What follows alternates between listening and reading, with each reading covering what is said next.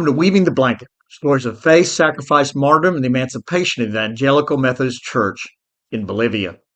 This is the final episode of the podcast YouTube series. This is Season 5, the docudrama of July 17th, 1980, and Episode 3, the scramble to get everyone out of prison. And very briefly, what happened to our saints after 1980. I am David Stevenson. We are now around approximately July 27, 1980, day 10 since the coup by the right-wing military dictatorship of General Garcia Mesa. In the previous two long episodes, we heard that the Americans on the CFAT team were now safe and back in the U.S., except for Sarah Corson, who was in La Paz, quote, doing a few things that need to be done before I left, unquote. Ben Ho, Herman, and dozens, if not hundreds of others, including Methodist lay and clergy members from across the country, the men from Sapecho, some Catholic priests and nuns, and probably lay leaders, union leaders, opposition political party leaders, were all still missing and either dead or being tortured in prison. And we begin this episode from that point. For Eugenio, this was a scary time. After Eugenio had been in La Paz for 3 or 4 days, Don brought Antonia and another Methodist pastor to La Paz to find Eugenio and see if he'd made it to La Paz safely. When they met at the apartment, there was great joy and a wonderful celebration. In fact, things seemed to be so safe that Antonia and Eugenio decided to go to a movie to celebrate. There was a strict curfew in the city. No one was supposed to be out on the streets after 10 p.m. Consequently, the movie started at 6 p.m. and were over by around 9. As Antonia and Eugenio were leaving the theater, they were met by a Methodist leader who was outside waiting for them. "The Army has arrested Don and the other Methodist pastor, and they're looking for you. Don and the other pastor know where you are staying. I'm sure they'll try not to tell them anything, but we must be careful. You must come with me. My father-in-law is a doorkeeper at a special place, and you'll be safe in his apartment." It was like 20 minutes until 10, and a decision had to be made fast. So they decided that Eugenio would go with the man to the hiding place, and Antonia would return to the apartment and say that she had not seen Eugenio since he left Ancarimas. The man took Eugenio to a nice apartment building, but the doorkeeper only had a very tiny little apartment, and Eugenio had to sleep on the floor. As he was hiding in the apartment, he could hear the tremendous amount of noise and partying that was going on in the room next door to him.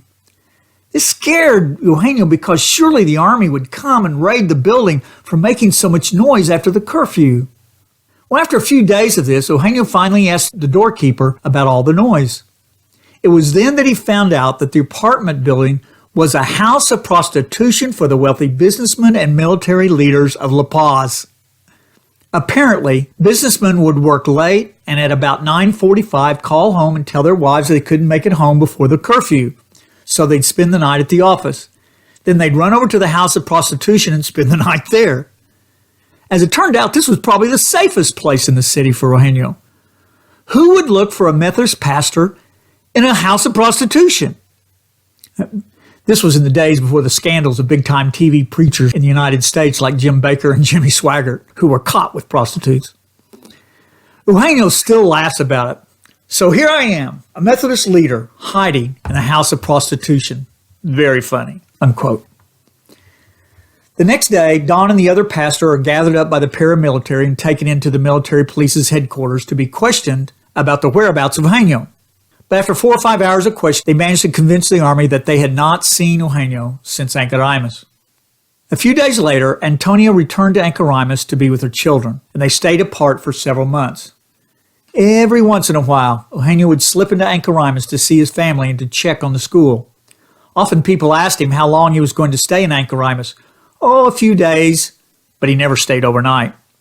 He found out later that several times the army came to the house in the middle of the night looking for him, but he was never there.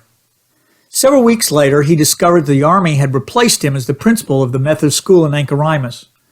There was nothing he nor the bishop could do about it. But with Herman Crespo in jail, and possibly killed, the position of Director of Services for the IEMB was open. The bishop felt that this may give Eugenio some protection from arrest. So Bishop Vienna appointed Eugenio to replace Herman on the executive committee of the IEMB as Secretary of Services.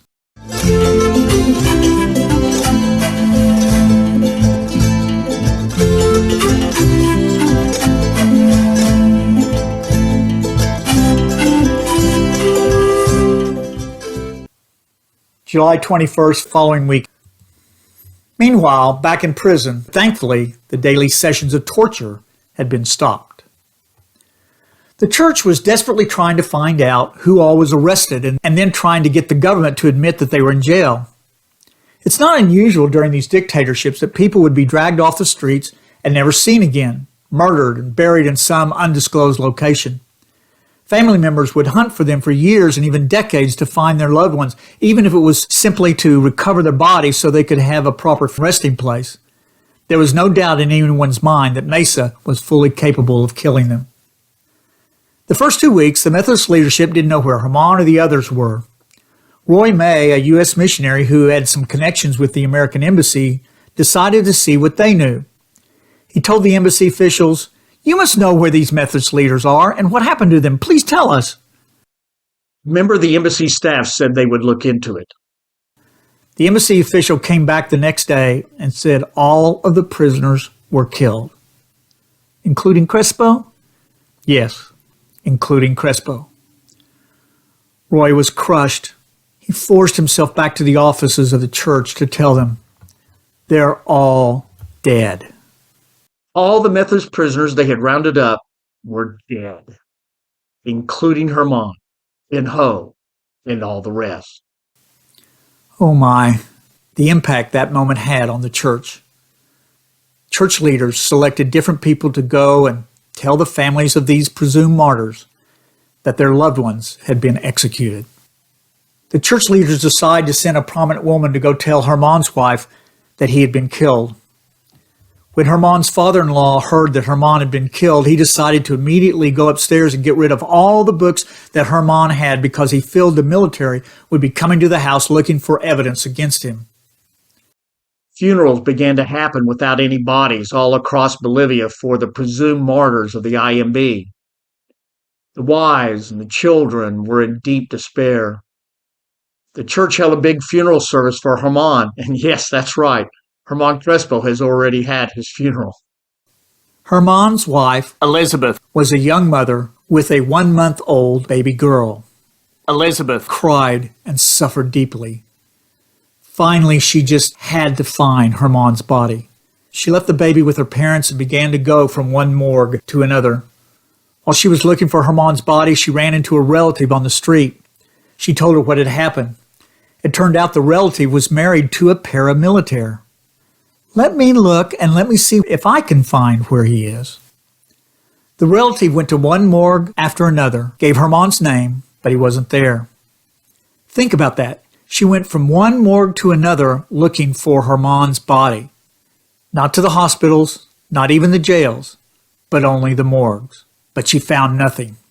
She couldn't find him anywhere.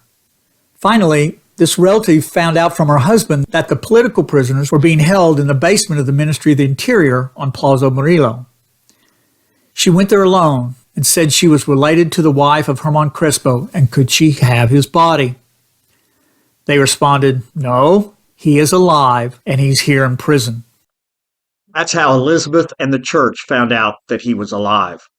Elizabeth was excited but fearful. Thank God he's alive, but what kind of hell is he experiencing at the hands of these right-wing dictators? With that information, the Methodist Church in Bolivia and the United States went to work. The IEMB contacted members of the California-Nevada Conference of the United Methodist Church, with whom they had a special relationship, and informed them of what was going on. Letters, petitions, and telegrams began to flood the prison and the government, demanding the release of Dr. Crespo and the other members of the Methodist leadership who were in prison.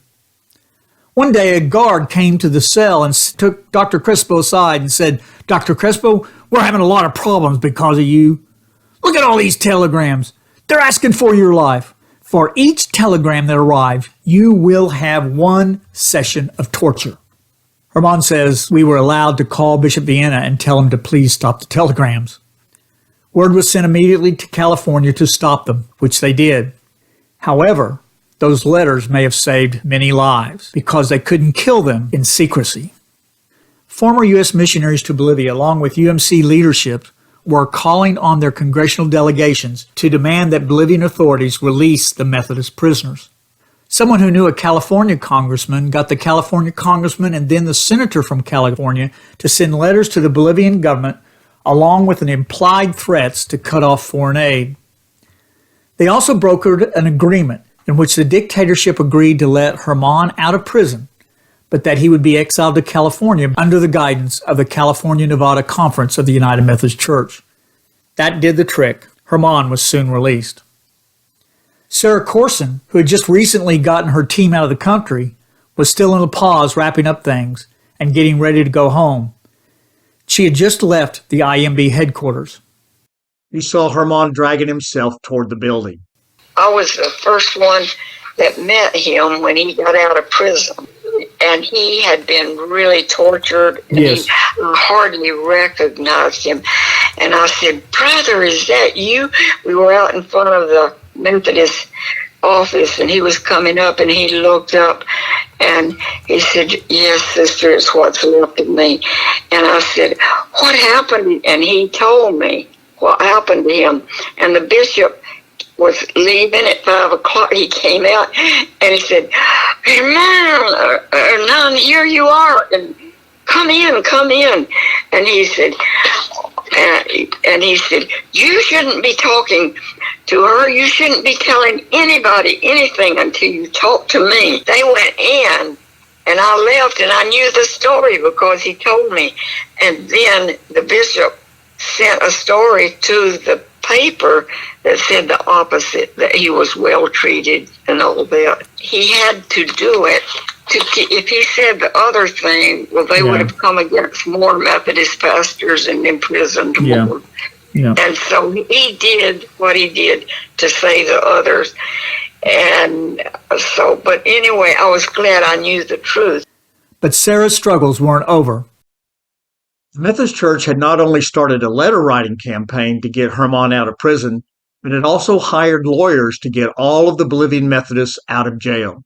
The Methodist lawyer at that time called me in and begged me not to go home because he said, "We're going to try to get Ben Ho out. We're going to have a court case on it. And you're the only one that's still here. You're the only one that was with him this summer and could testify to what he was, and that it wasn't revolutionary things, and it might make the difference in whether he's let out of prison or not." Well, that was a hard decision for me to make because the bishop was telling me, "Sarah, that's not your problem. You go home. You leave Benho to us because we're afraid of what will happen to you. I'm going into hiding. We are expecting on the Independence Day, we are expecting a counter coup, and I cannot protect any Americans here. Get out of here now and come back later." And the lawyer would come back to me and say, "Sarah, I love Benho, and if you value his life, you'll stay and be a witness in this." Sarah really wrestled about whether to leave or not. The bishop was telling her to go and let the church get Benho out. The bishop was afraid that she might get arrested or held hostage or something. In fact, they were expecting yet another coup to happen within the month. Bishop Vienna wanted all North American Methodists out of the country. Sarah really struggled with the decision, and she couldn't get a hold of Ken in Haiti for some reason, which we will hear why. And I was just praying and praying, what shall I do? If I stay and get imprisoned for life or killed down here, what are my kids going to think? When I had a chance to come home, and I didn't, I stayed and put somebody else ahead of them. You know, it was a terrible thing for me. I stayed later after I got all my team out, the 17 people. I just couldn't make up my mind, and I had a ticket, and my ticket was for that afternoon, but I just couldn't bring myself to walk away and leave him like that. And just as she came out of the lawyer's office, a Jeep drove by, and Ben Ho was in it. And Ben Ho was not driving, but he was in the back seat and they saw me, and he had them stop, and he said, "Sister, I'm out." And I said, "Are you out of prison?" And he said, "Yes." So then I was free, and I said, "Oh, good, we'll talk later." And I hurried to the airplane.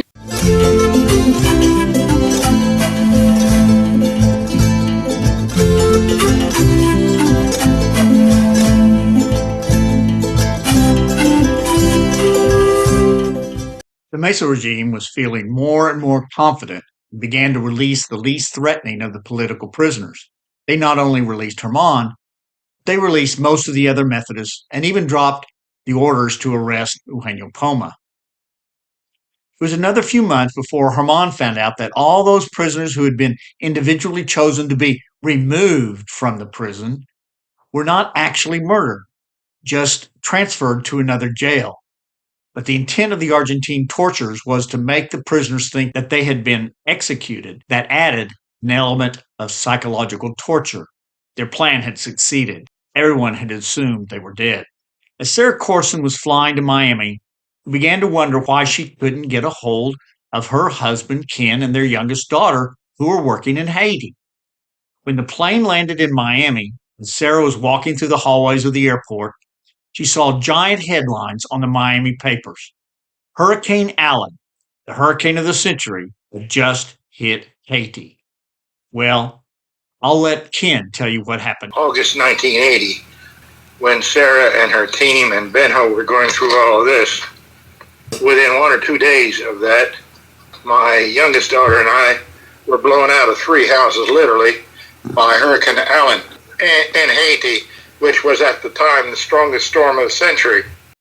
Ken later told me that it took the Corsons over 2 years to get over the summer of 1980. Well, let's see why. A neo-Nazi sticks a gun in the wife's gut and says he's going to kill her. The teenage son is arrested and sent to an internment camp. One daughter escapes to the United States with her brother. The husband and another daughter are trapped in Haiti during the hurricane of the century. Yeah, I bet it took some time to get over that summer. To finish up my telling of the story of the Corsons, when they got home to Alabama from Campeche, the Corsons continued growing and developing their own nonprofit.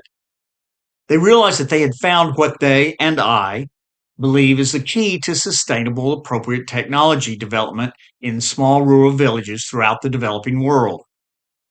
Don't send gringos. Instead, train local leaders in how to develop low-tech, low-cost development and help them to learn how to write grant proposals to get outside financial support. Their nonprofit CFAT, Servants in Faith and Technology, provides training and community development in hard places in our world. Christian leaders learn self-help skills for basic human needs, including physical and spiritual needs, social and economic.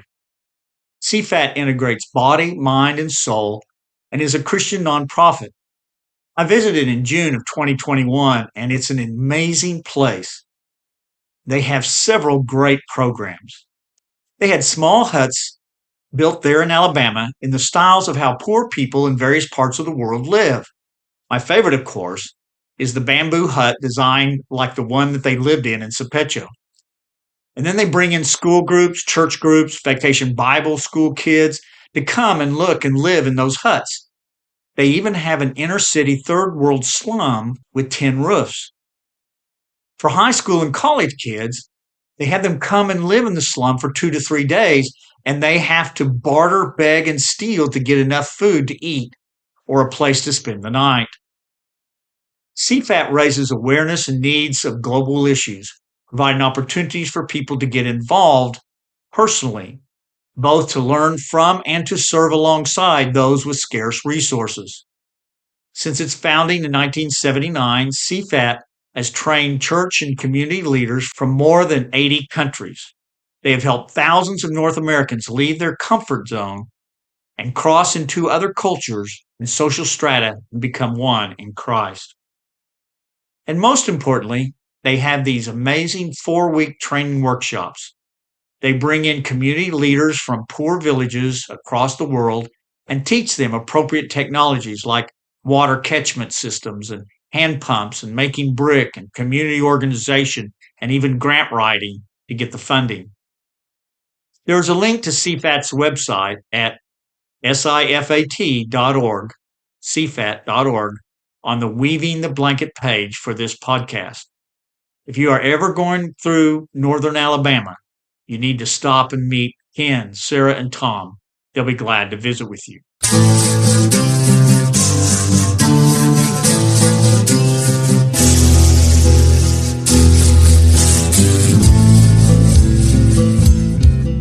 Back in Bolivia, Benjo was pretty shaken by his experience in jail.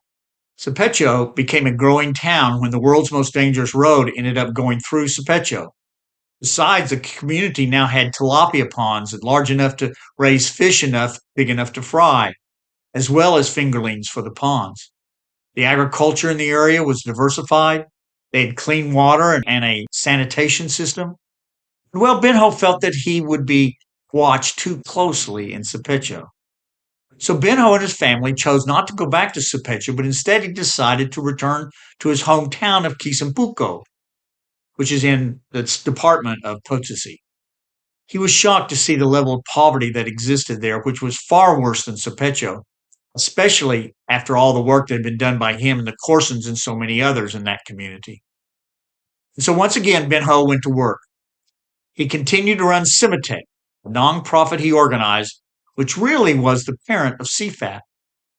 One incredibly sad story is that Isaac, Benjo's son, the young man who had been arrested when he was 8 or 9 years old, had grown up, gotten a college degree, and become the director of Cimitec. But he died in a car wreck in the mountains just a couple of years ago. He was only 38 years old. Benjo is over 80 and is struggling to keep things going.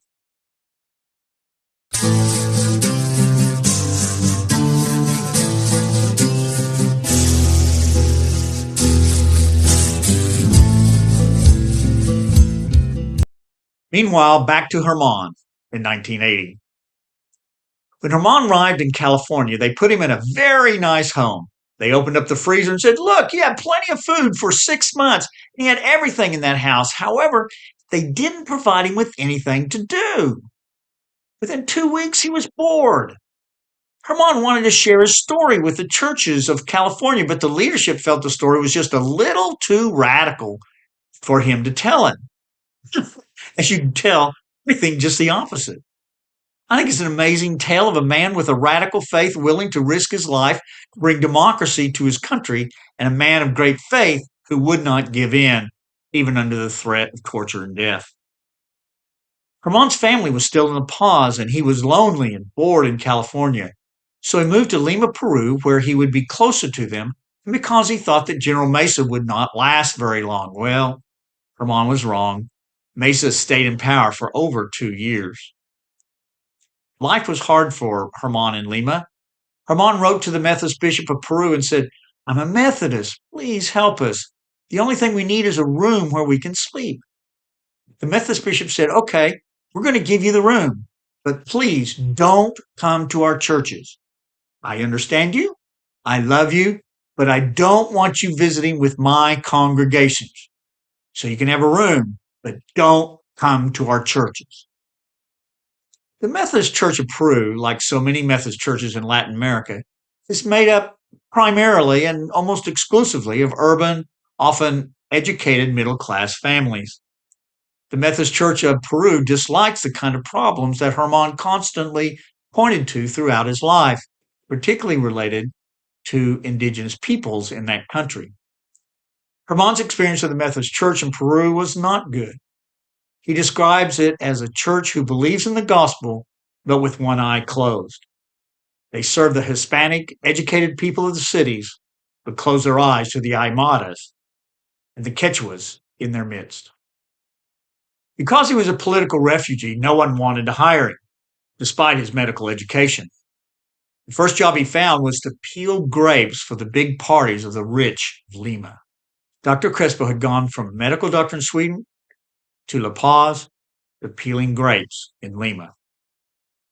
Dr. Crespo wrote the Methodist Church of Switzerland, a longtime supporter of the IEMB, and asked if they would help him to set up a medical clinic in Lima to serve the refugees from Bolivia and other parts of the world.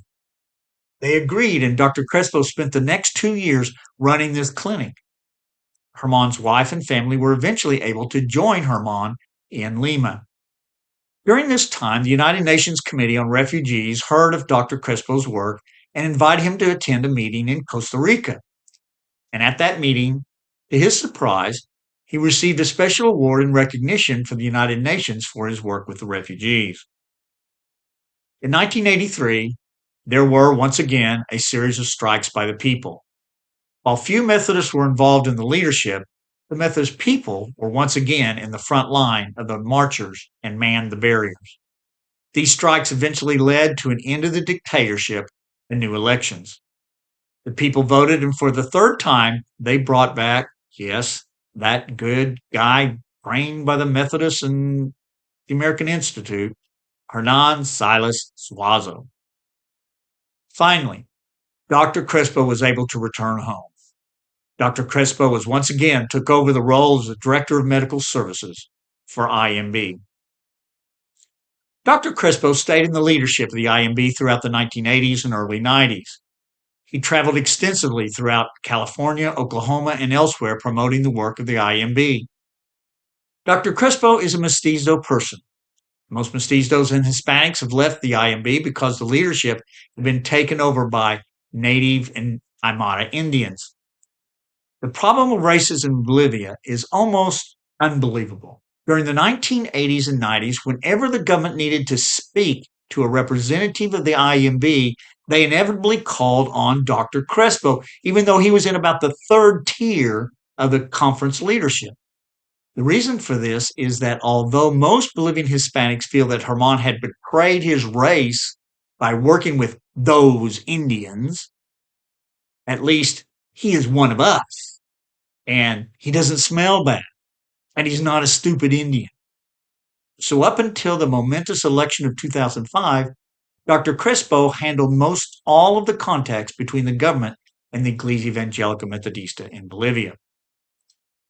Herman has had an incredible life of service.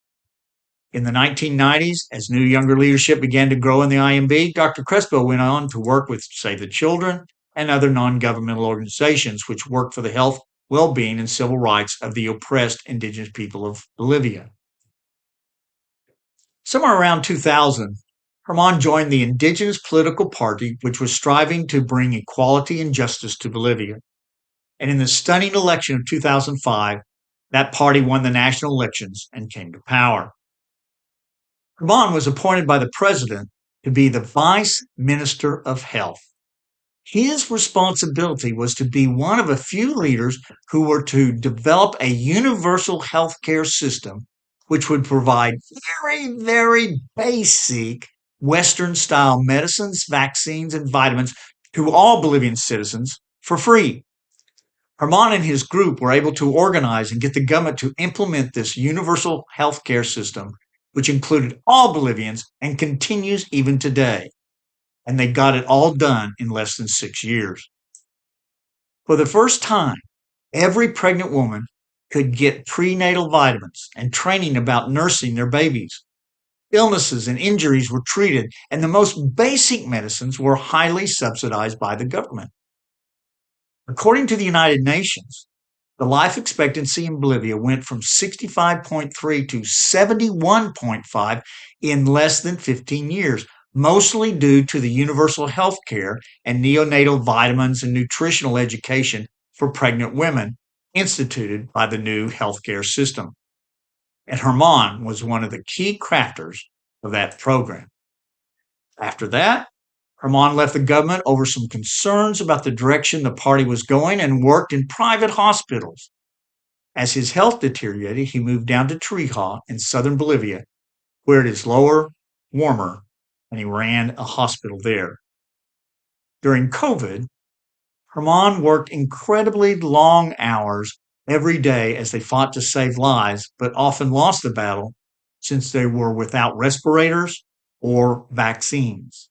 The reason being that the world's supply of these had been bought up by China, US, and the European countries. Bolivia finally got a plane load of vaccines from China, since none had been offered by the United States. Herman had retired, but once again God called him to yet another job. This time it was in Bolivia, distributing free vaccines.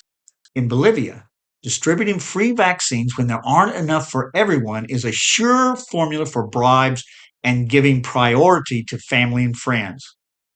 When the government designated an institution like a school, hospital, or clinic to distribute the vaccines, it was a national, presidentially appointed committee responsible to see that they were distributed equitably and without profit for the distributors.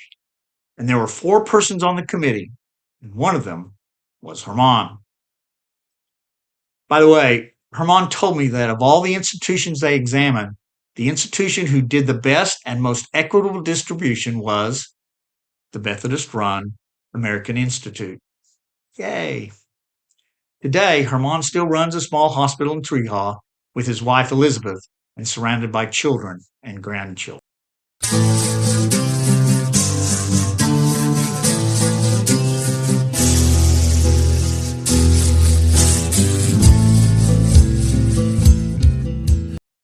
And then there is Eugenio Poma.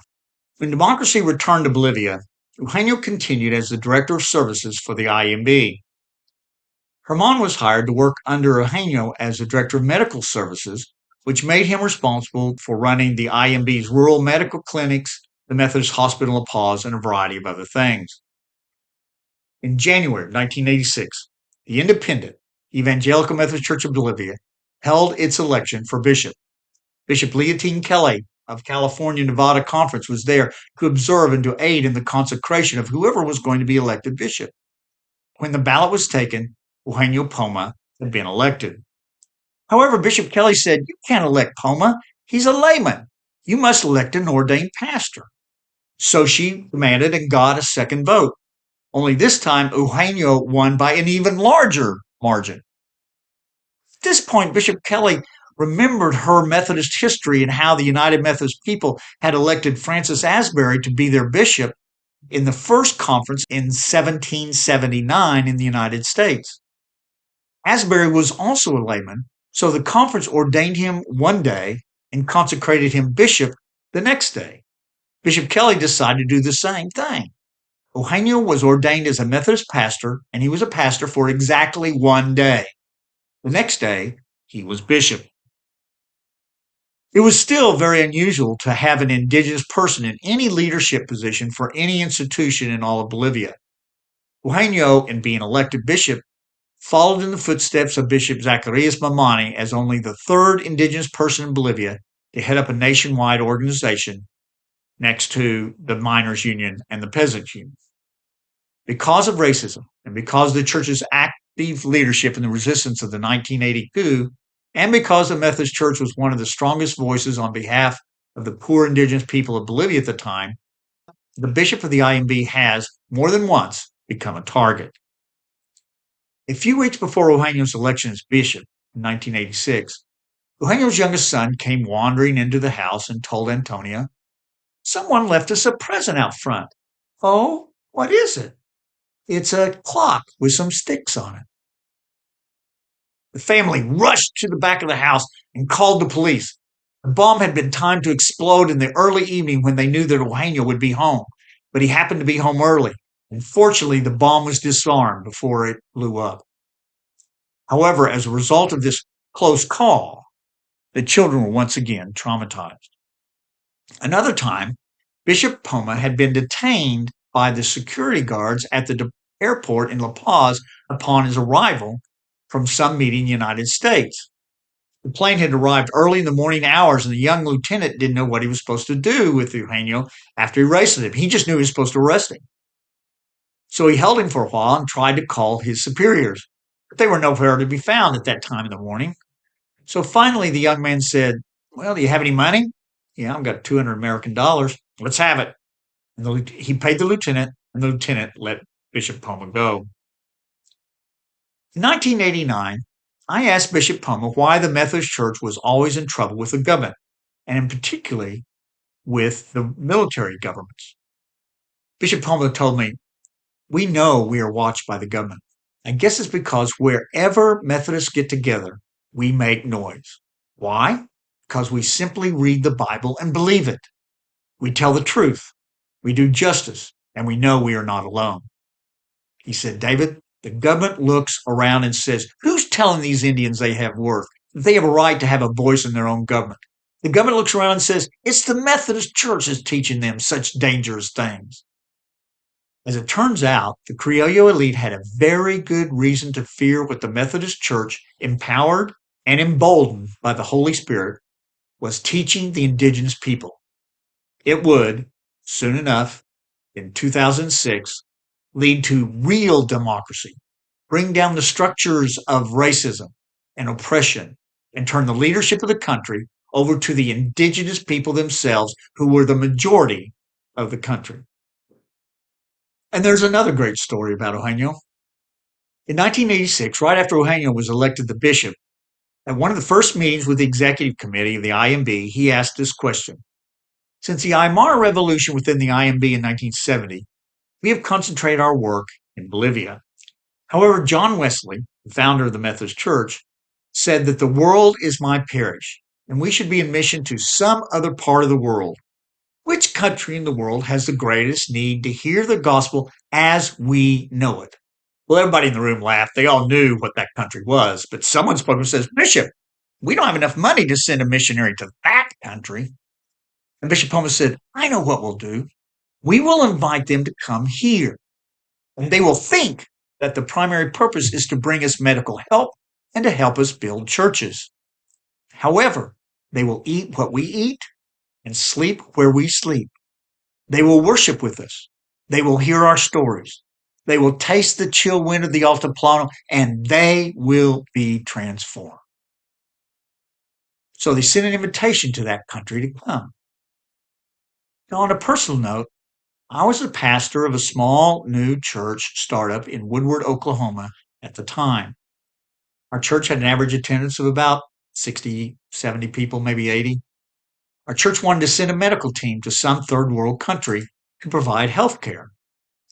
As we were looking for where to go, we saw the invitation from the IEMB, and our group simply thought, "Ooh, Bolivia sounds exotic." And we were one of the first to accept the invitation. That's right. The country that the IMB leadership felt had the least understanding of the gospel as they know it, and had the greatest need to be evangelized, was the United States. And Bishop Poma's purpose in inviting mission teams from the United States was not to get their help, but to evangelize the Americans and teach them the gospel as the Bolivian indigenous Methodists knew it. And so it was that in 1987, I led a team from New Horizon United Methodist Church in Woodward, Oklahoma, to Canani, Bolivia. This trip was the Oklahoma United Methodist Church's Volunteers in Mission trip number 1. I think the conference now has sent over 300, maybe even 400 teams all over the world and across the United States. And it was on that trip that I stood around a fire made of medical waste. And I listened as Antonia Poma, wife of Eugenio Poma, told some of the amazing stories that I've documented in this podcast. And I was transformed. And later, God called me to spend most of my adult life working for the IMB and the people of Bolivia, not as a missionary living in Bolivia, but as a liaison between the Oklahoma and Bolivian Methodist churches, and raising over $1.5 million for the IMB, and starting Engineers in Action, which hired Bolivian engineers working with U.S. engineering universities to bring potable water, irrigation, sanitation, bridges, and other life-saving infrastructure to remote Bolivian villages. And this work became my passion, clear to today, over 36 years ago. But isn't it interesting that they felt that the country that had the least understanding of the gospel as they knew it and as they lived it was the United States?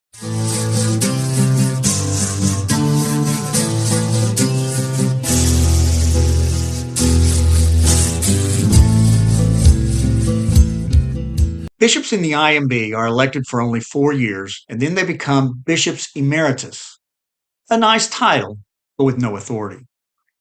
At the end of Eugenio's term as bishop in 1990, Eugenio felt that having ex-bishops around would present problems for the new bishop and lead to divided loyalties among the IEMB clergy. He felt like he needed to leave the country. So he received an offer from the Methodist Perkins School of Theology in Dallas.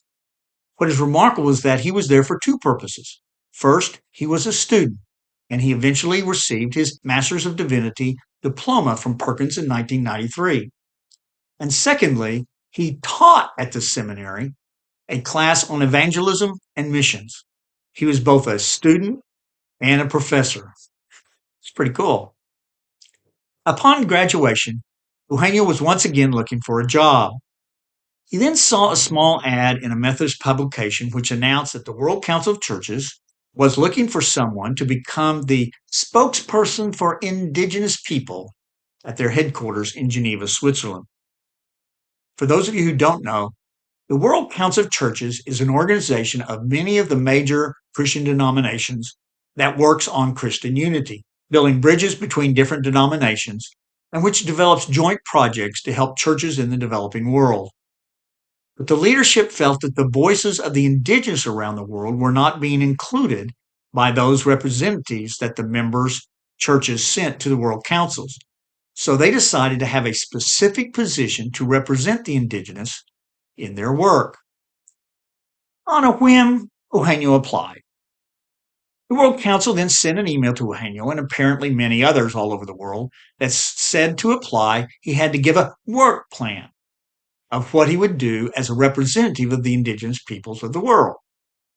Eugenio laughs about the application process. Apparently, everybody else sent pages and pages of detailed plans of how to speak for the indigenous peoples of the world. Eugenio wrote one sentence: I'll go and listen to the indigenous people across the globe and see and hear what they need, and we'll share that with the World Council of Churches and the United Nations. Unquote. You see the difference? He wasn't going to tell the indigenous what he would do for them or what the World Council would do for them. Instead, he would ask the indigenous peoples of the world what they needed and what they wanted.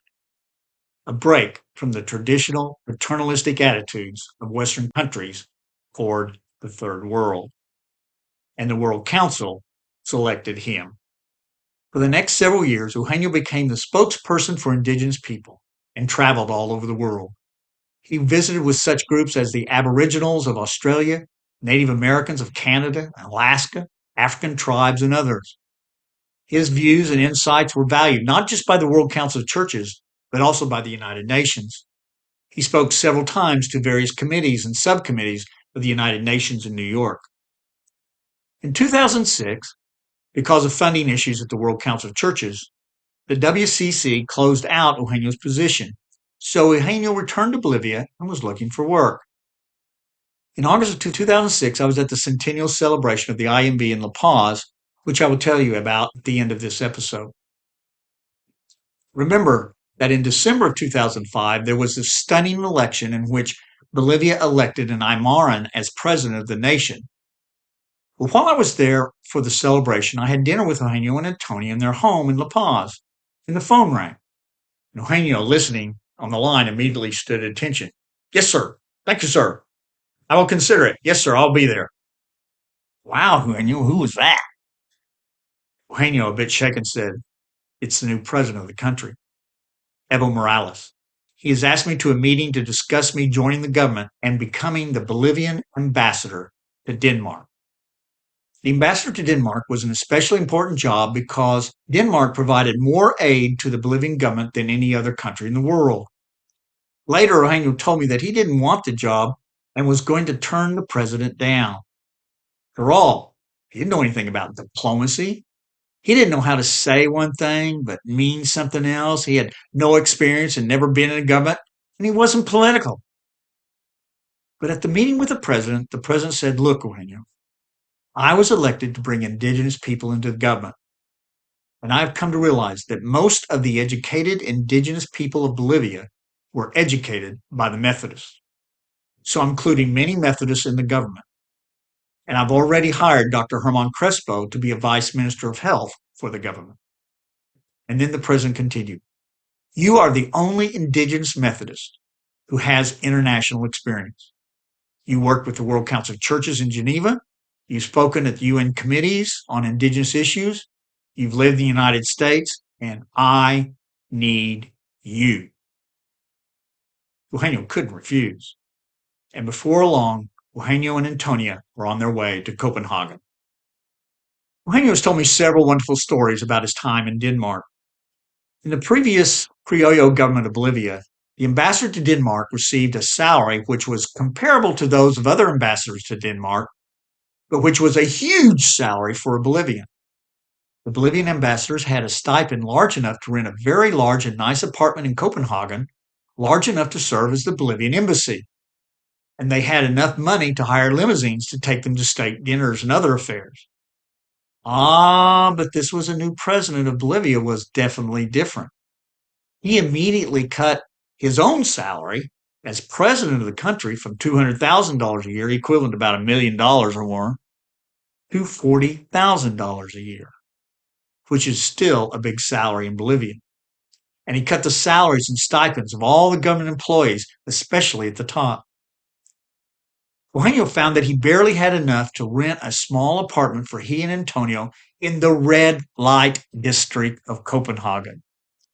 So the Bolivian embassy was located in a small apartment in the red light district. I love it. The first week that Eugenio was in Denmark, he needed to go to the Danish Parliament building to present his diplomatic credentials to the Danish government. Since he had no money to rent limos or even a car, Eugenio took the tram to a stop just outside of the Parliament building. Eugenio was dressed as he was always dressed in those days. He wore a poncho with an ucha on his head, and even though it was snowing and cold, Eugenio wore his sandals with his socks on. As he stepped off the tram, he saw this huge building with many different entrances and a guardhouse at each entrance. He had no idea which one he was supposed to enter. A nice-looking man in a suit walked by and asked him if he could assist Eugenio. Eugenio said, yes, I need to enter that building, but I'm not sure which entrance I should take. The man looked at Eugenio in his poncho, ucho, and sandals and figured that he must be someone who was going to work as a domestic in the building and pointed him toward the servants' entrance to the building. When Eugenio got to the security, he showed him his diplomatic letter introducing him as the Bolivian ambassador to Denmark. The security guard was horrified. Sir, this is the servants' entrance. You need to go to the main entrance and present those papers, and they will take good care of you right away. Well, a few weeks later, the Parliament held a reception for all the new ambassadors, and Eugenio was there with his poncho and his sandals. As he walked around, he ran into the same man who had met him when he got off the tram.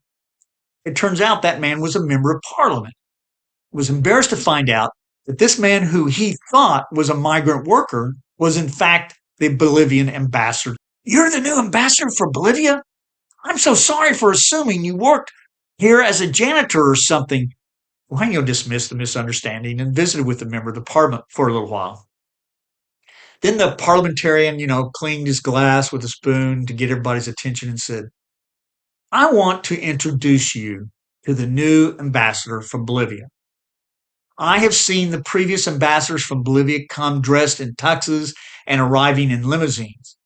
But this man comes as a servant of his country, by tram, wearing his everyday clothing.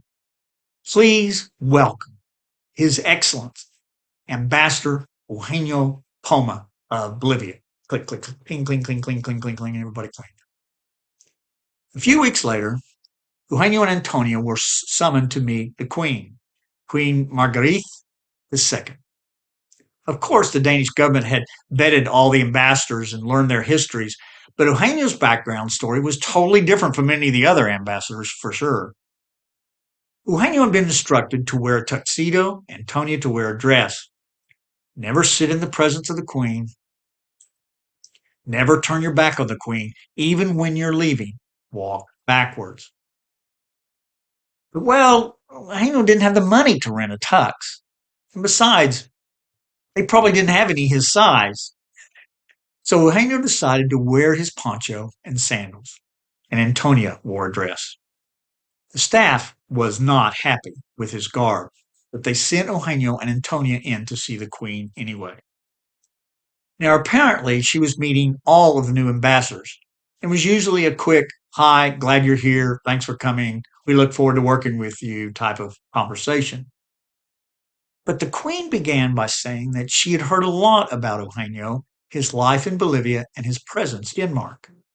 And she invited Eugenio and Antonia to sit. Wow, what an honor. Most Danes are not allowed to do that, and much less foreign ambassadors. Eugenio served as the ambassador to Denmark for several years, finding new and important sources of income for the Bolivian government. Finally, Eugenio retired after, I'm not sure, but about 3 more years as ambassador. Think about Eugenio's life. He was a peony little boy living as an indentured servant to a patron family named Bozo, near to Lake Titicaca. He was one of those kids you see on commercials to raise money for Save the Children or something. A little boy, hungry, playing in the mud, with no hope, no education, no hope for a better life. Yet at the age of 9, Eugenio was offered to become a patron himself by inheriting the Bozo estate, which he turned down because he wouldn't abandon his family. He's educated by the Methodists, becoming the second indigenous person in all of Bolivia to get a high school diploma from the prestigious Methodist-run American Institute, where he faced both acceptance and racism. Then he gets an opportunity to go to the United States and get a college degree. While he's in the States, he also preaches and works with Latino groups in Illinois, and he's offered a job to stay in the United States, but he turns it down because my place is with my people. Eugenio returns to Bolivia and becomes the headmaster of the school he attended when he was in Anchorimas. He becomes a fugitive with a bounty on his head as the dictator Garcia Mesa put him on at least an arrest list and perhaps an assassination list, but avoids arrest, hiding in an apartment next to a brothel. He becomes a member of the executive committee of the IEMB, and then in 1984 is elected bishop.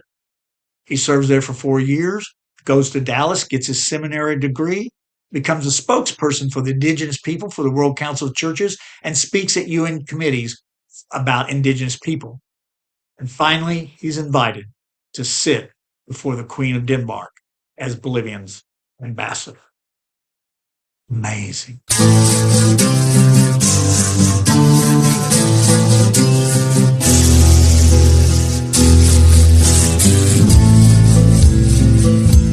This is the last episode of this entire series. And here are some of my closing thoughts. First, these stories are so amazing, it's hard to believe they're true. But I have been able to confirm most of them from several sources, and I will be adding this source material to my website at www.weavingtheblanking.com sometime in the future. I would love to have spent more time on what these amazing people did with the rest of their lives. They all have lived remarkable lives, and each deserves to have a biography written about them. But I'm old and worn out by decades-long gathering of information and 3 or 4 year process of developing this podcast and YouTube series. I hope someone else will do it. There are many, many other Bolivian Methodists who have also lived amazing lives and who have faced great torture and sacrifice and remained faithful. And I hope someday to return to Bolivia one more time and perhaps visit and interview some of them about their lives. If I succeed in this, I will create and send out some random bonus episodes. If you're aware of any other IEMB members who were persecuted by the Mesa regime or at any other time, and you feel their story is important to be told, please email their name and how I might be able to contact them or their family. I will try to contact them, interview them, and share their story in a bonus episode. If you're on my email list, I will send you a notice if and when I do that.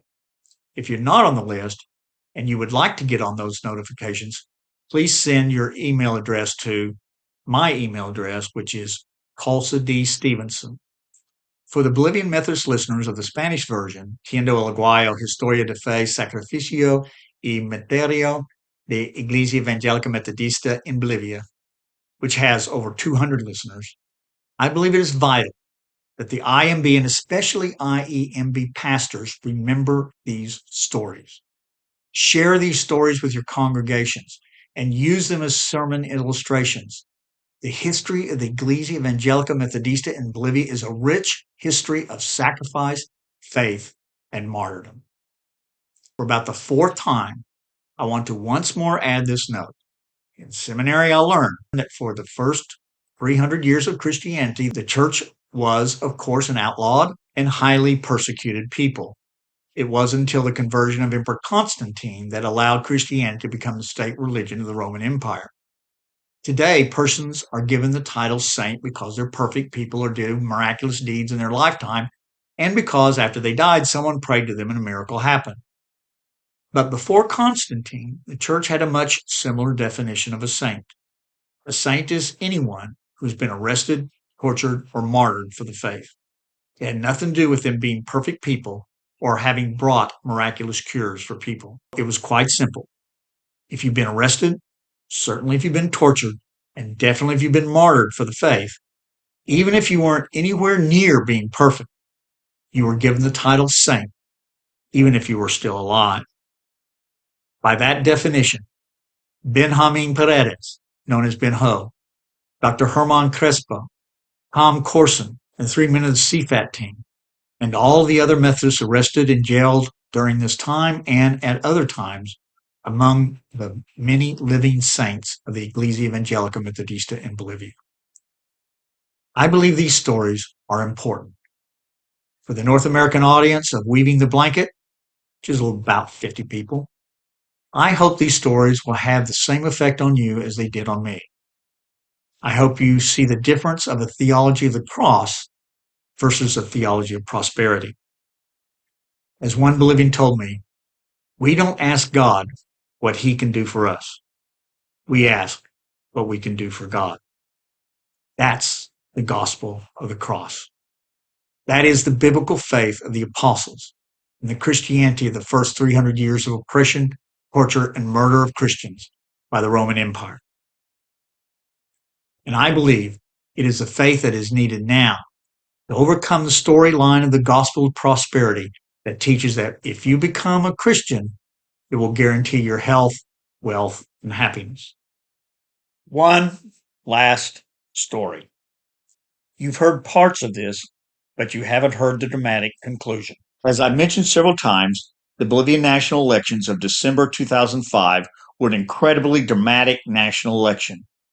Bolivia elected an indigenous man as president. Look, I know that he did wonderful things early in his presidency to remove the near apartheid laws in Bolivia and opened the culture and society and brought equality to Bolivia. But I also know that although he and Moss gradually became addicted to power and slowly fell into the pattern of the old Criollo presidents of the bad old days by trying to stay a hold of his power instead of representing the people, so much so that the indigenous people had to remove him from office, which they did. But let's not forget that incredible moment when the indigenous people of Bolivia came together and elected an indigenous president. This made Bolivia the first country in the Western Hemisphere to have an indigenous-led government since the days of Columbus. And every democratically elected president since has been indigenous. It was the indigenous people who, after 400 years of oppression, developed their own party that promised to end the apartheid laws and attitudes of the Bolivian government. Just a month after the election in January 2006, I was able to set up a meeting in La Paz between the Bolivian president and the bishop of the Oklahoma Annual Conference, Bishop Robert Hayes.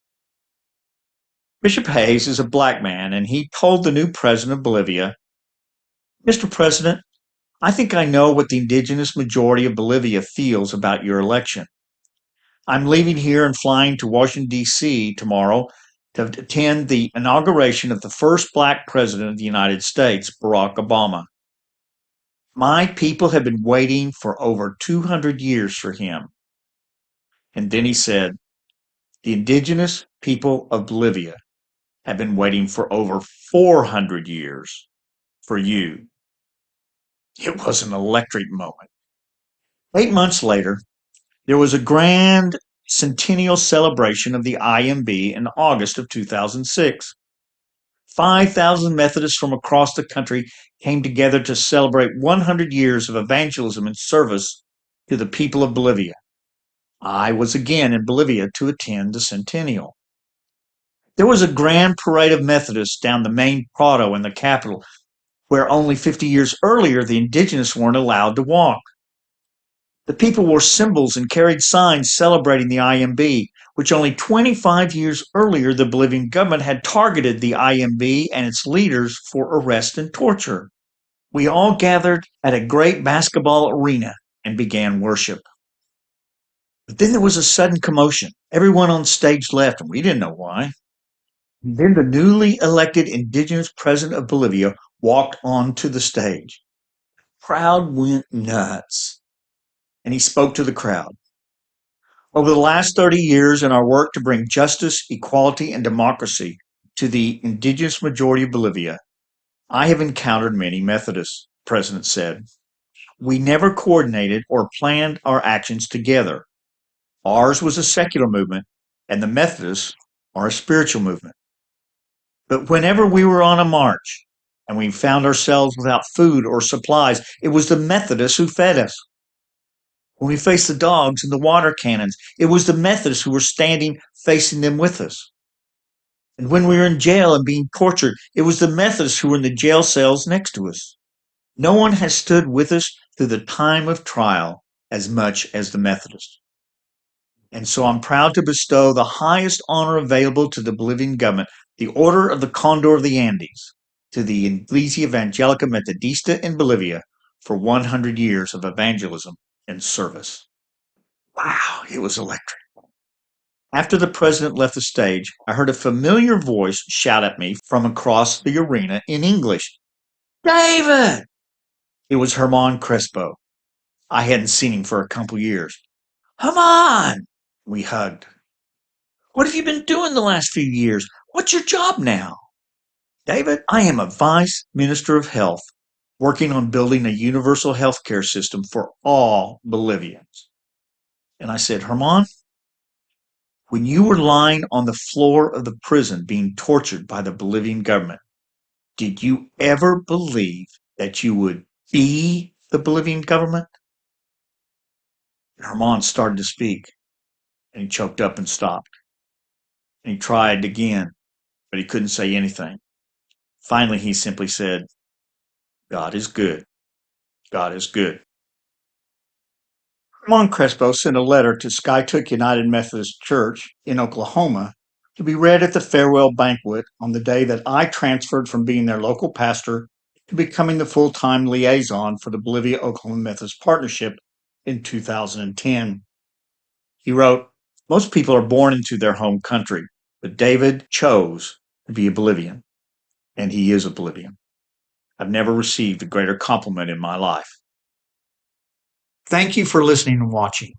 Goodbye, and may God bless you. And from one striving to follow the way of the cross to another, I'm David Stevens.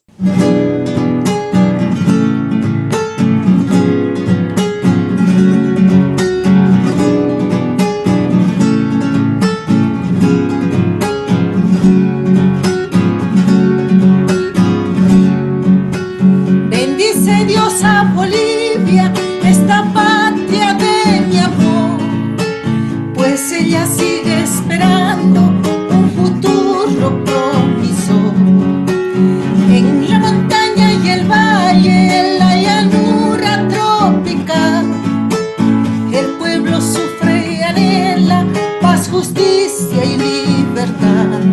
Todos juntos trabajemos y oremos al Señor, levantemos la esperanza de un nuevo amanecer. Tú que diste a mi Bolivia las riquezas de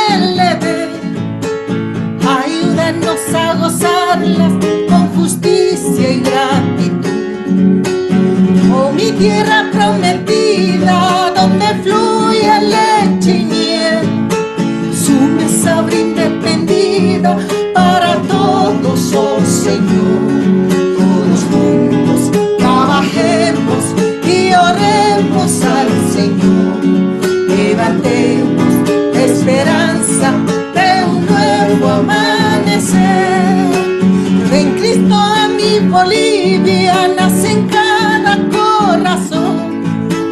Del Ande al Oriente reine tu poder liberador. Uniéndonos como hermanos, reconcílianos tu amor. Y suba desde esta tierra nuestro himno de